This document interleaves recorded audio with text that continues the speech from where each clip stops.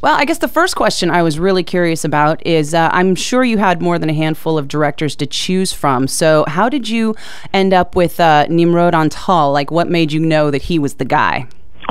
Well, he was the one that was most kind of up for it. When you go into Hollywood, a lot of people they're a little they don't welcome strangers into Hollywood, and they're a little sort of suspicious, and a lot of the people that I spoke to didn't quite understand what the hell I was talking about when I was trying to describe this movie and what we were doing with it. And when you go into Hollywood, you always got to reference previous movies, and there's no real sort of references for this type of thing, and so it was a pretty hard sell, actually, and lots of A-list people that even by their first names, kind of looked at me like I came from another planet. And Nimrod was the first guy who just looked starry, sort of looked like he had kind of like a mad, look in his eyes, and was just sort of ready to go for anything, and just was kind of ready to jump with Metallica out into this whole kind of crazy ride. And he didn't frown, and he lots of crazy, fun ideas, and he was just so up for it. Where a lot of the other people that we were talking to, they came from a different place, and he just had great sort of Eastern European energy, and was born and reared on Metallica, and just had the right DNA in his personality to undertake this with us. So it may not have been necessary to be a Metallica fan to direct the film, but it definitely helped.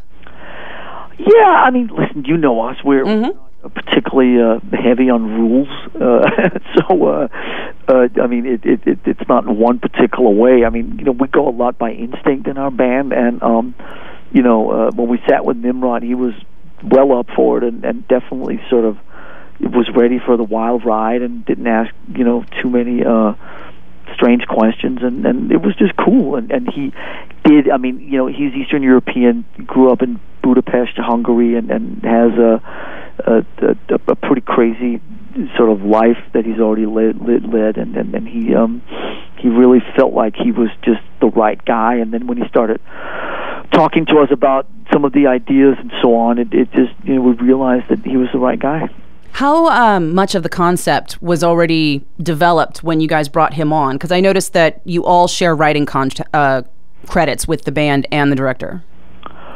Very little of this was already put together. He we really wanted to, we were searching for a creative partner. We weren't just searching for a director. We were searching for somebody who could write with us and could help us develop this project. We knew we wanted to make a movie that was unique. We knew we wanted to make a movie that had never been done before. We knew that we wanted to do some strange hybrid, strange morph of concert and narrative and story, but we didn't know exactly what was going to take place. We didn't have it, storyboarded or scripted or anything like that. So when Nimrod showed up on the radar, we sat down and told him all this, and then he disappeared for 3 months, and then he came back with the character of Trip and with a whole apocalyptic nightmare that unfolds.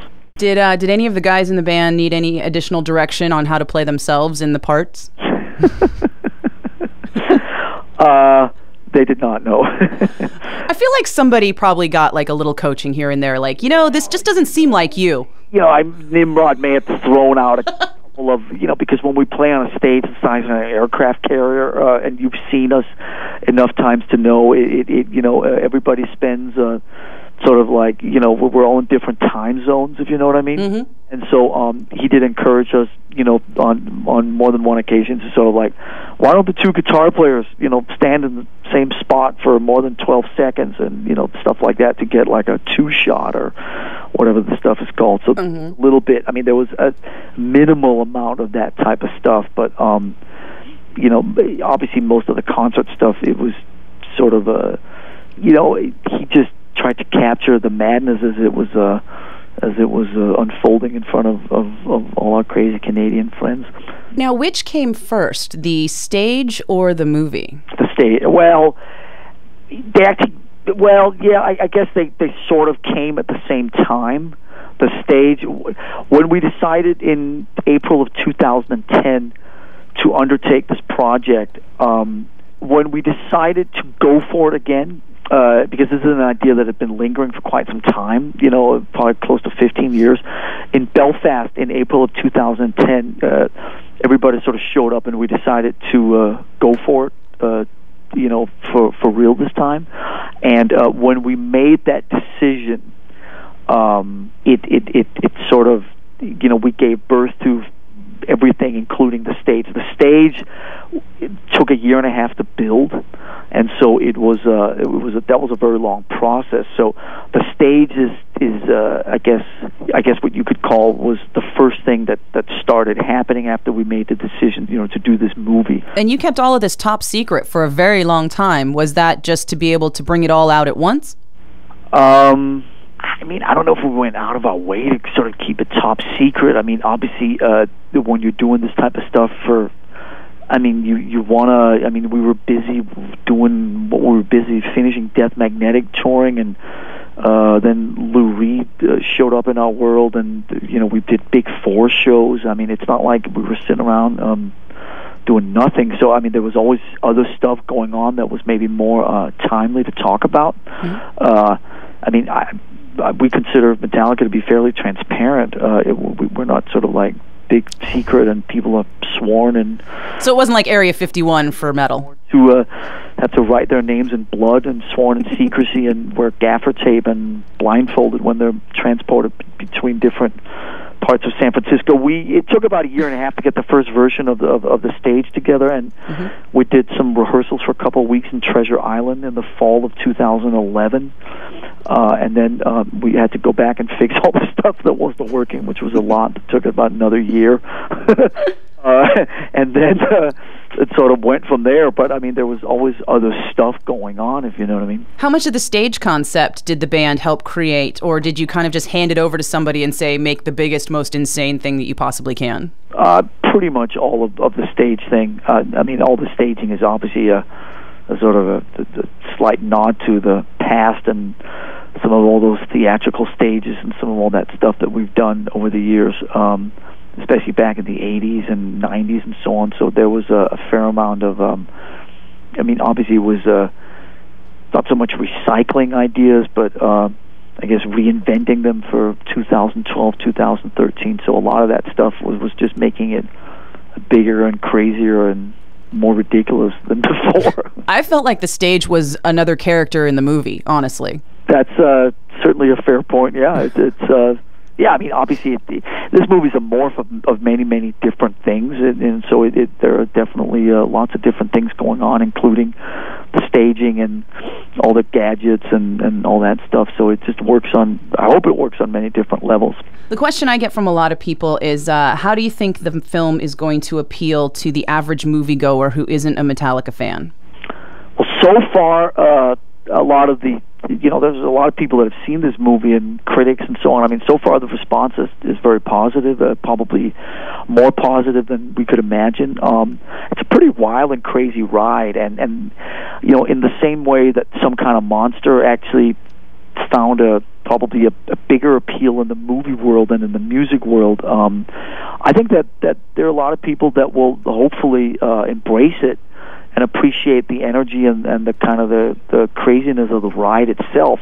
With Some Kind of Monster, there were a lot of people in the music world that were a little turned off by that transparency and by that kind of accessibility, and we really probably shouldn't know all that stuff about Metallica, but in the movie world, they were very turned on, because, it's not really, obviously Some Kind of Monster is not really a movie about a rock and roll band, and it's a movie about relationships, and so that's something everybody can relate to, and so I think that this movie obviously is set against the background of a concert, but with Tripp's journey and his tenacity and his issues as he's trying to retrieve his goddamn bag. And I would just like to say that having done that job for your band, it's a lot like that.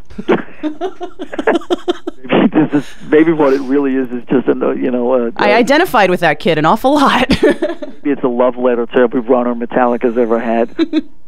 I felt like it was. I almost wanted to submit like a list of extra credits, you know, that run like in the end or that we could throw. Thanks to all the runners who have ever journeyed into the apocalyptic nightmare or whatever major city in America Metallica was fortunate enough to visit. Who knows?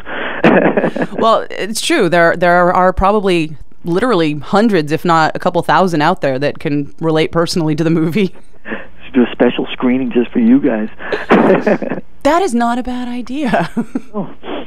Have like a Metallica runner club. There you go. So I love the way the movie seamlessly transitions between the performance part. I mean, because it's no secret that clearly the movie has a full storyline and a full concert performance in it. And the way that it transitions isn't just seamless. I mean, it's entertaining. When you go from one section to the next, you can't wait to get back to the other section, but you kind of can't wait to get to the part that you've left behind. Well, thank you. That was obviously the biggest fear, was that these two worlds were not going to intermix very well, but they did end up working well, and so when I saw the first cut, which is coming up on a year ago, I mean, that was a big fear, but it did end up working out okay, and so we were pretty relieved by that, of course. Was another big fear the undertaking? Because this is entirely Metallica produced, right? I mean, you don't have like a big movie studio coming in and underwriting the project. This is, you guys own it. Entirely funded and all that stuff by us ourselves. It's pretty scary. I mean, it's kind of overwhelming and at times bewildering. I mean, we've obviously put a lot of time into this. We put a lot of our own resources into this. We hadn't taken any outside financing. If this thing performs well, we may get our houses back one day, and we're pretty excited about that. And so it's pretty crazy making movies at this level. I mean, obviously for Hollywood, it's probably I'd say a mid-sized movie. But for us, I mean, it's obviously through the stratosphere compared to making a record down at HQ for a year and a half. So it's kind of a little bit of a different thing. There are times where it's been we're guys who sort of like to keep a small environment and operate well in a small environment and sort of making movies and dealing with a lot of people. I mean, it just.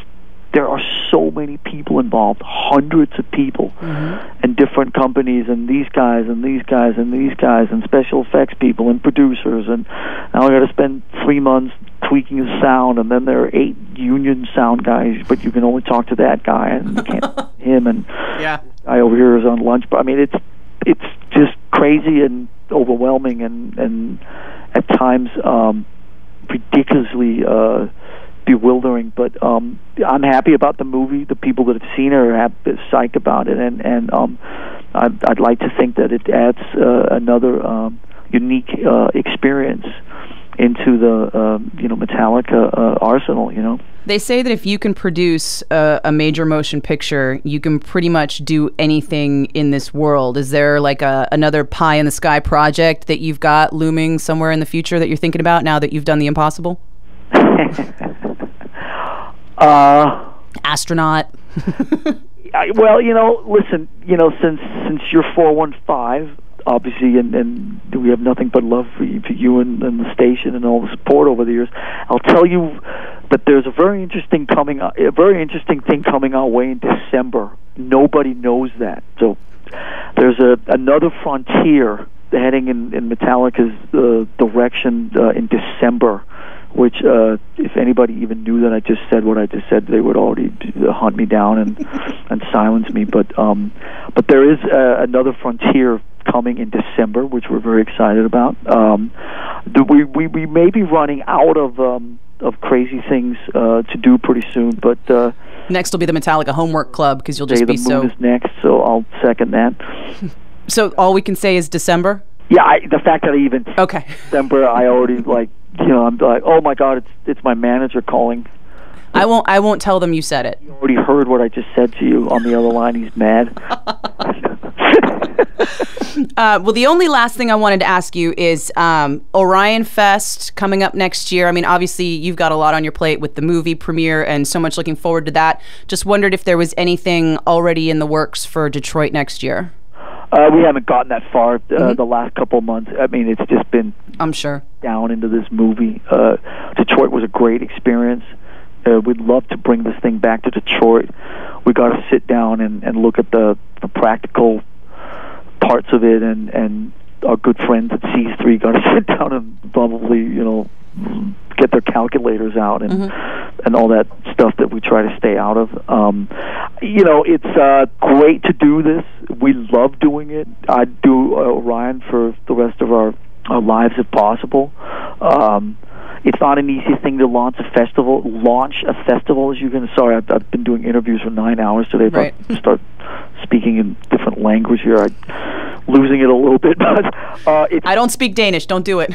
Easy thing to launch a festival, and it's not an easy thing to say at 7 o'clock at night. But we've had a lot of fun the last 2 years doing it, and we hope to bring it back to Detroit. And we got to run around the world for the next 6 weeks and hear ourselves talk about this movie and do all that stuff. But probably on the other side of that, in October or November, we'll start looking at the realities of Orion next year and then take it from there.